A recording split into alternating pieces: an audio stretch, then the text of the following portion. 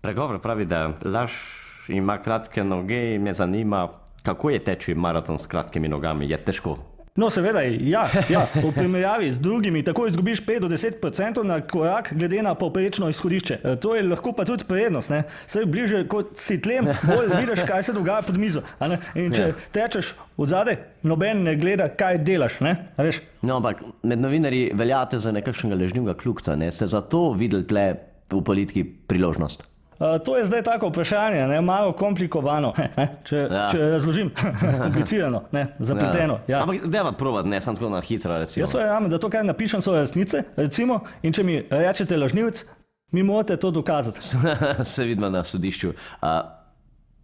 Bojan, kako se boste zdaj borili proti lobijem, ko pa živite na njihov račun? Zdaj to ni res, mene nobeden ne plačuje ali pa kaj. Tako da veš, jaz izbijam teme popolnoma samostojno. Sem eden redkih, ko gre za slovenske medije. Ne? Mi bomo vse objavili, kar bom hotel. Jaz bom napisal, kar bom hotel in tako dalje. Ko pa začnejo jebati tebe in tvoje novinarje, pa postane vse malo težje. Popijamo kave, pa bo Super. nadaljujeva.